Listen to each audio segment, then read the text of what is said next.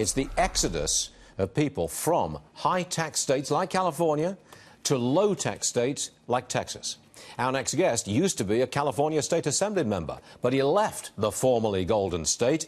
His name is Chuck DeVore, and he's now with the Texas Public Policy Foundation. Chuck, it's great to have you back. Thanks for being here. It's great to be back. Have you got firm numbers on how many people left California and have gone to Texas? Well, sure. In the last 5 years, according to the U.S. Census Bureau, about 114,000 people net have left California and moved to Texas. Now, that's out of a little over 500,000 people that have left California over that same time period, from 2012 to 2016. And I take it that the people who have left California are often upper-income earners who don't like the taxes. Is that accurate? Well, it's all kinds of people, but you're absolutely right, Stuart. You have a lot of entrepreneurs, a lot of small business owners that, frankly, are just getting sick and tired of California's crushing tax rate. They have a 13.3% top income tax rate, and, of course, Texas has no state income tax at all.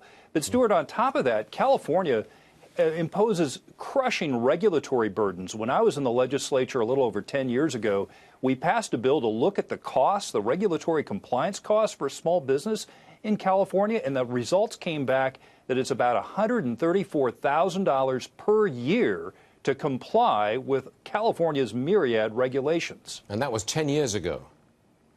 Yes, sir, and I'm sure it's a lot more now. And the problem with that, Stuart, is if you don't comply with all of those different regulations, labor law, environmental law, all kinds of tax code issues, if you don't comply with those and they find out, you're subject to huge fines and potentially even going to state prison. No wonder you left. Okay, what's this I hear about a jobs boom in Texas? Have you got some numbers on that? Yes, I do, Stuart. So in the last 12 months, Texas has grown more non-farm jobs, seasonally adjusted, according to the U.S. Bureau of Labor Statistics, than any state. We're looking at a little over 334,000 jobs created in Texas. Now, what's remarkable about this is California has about 10 million more people than does Texas. And so even though Texas is quite a bit smaller as the #2 state than is California, we've seen the greatest amount of job growth in the Lone Star State than in any state, including California, in the last 12 months. What kind of jobs are we talking about? I mean, are they well-paid middle American jobs?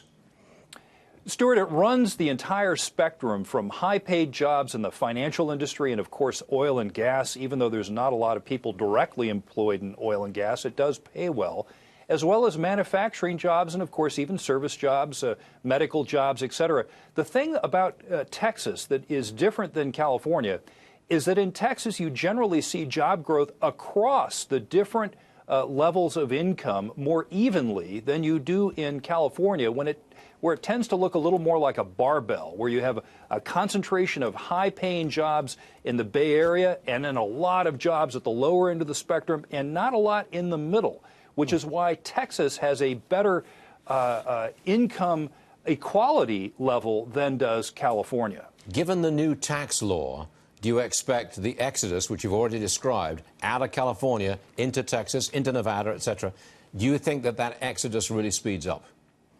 Well, the preliminary information would indicate that maybe it is. When the U.S. Congress passed the tax reform and tax cuts signed into law by President Trump in late December, because of the SALT deduction limitation to $10,000 per family, as well as other provisions, Stuart, it was like changing the tax code in all 50 states at the state level at the same time.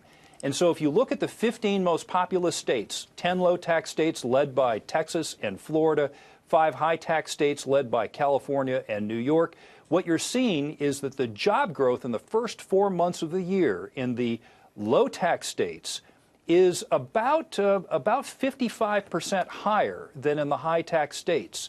And we just, of course, got the latest data for the April employment numbers last Friday. Yep. So that trend is very interesting, Stuart. And if that continues on, I think there's some serious political ramifications.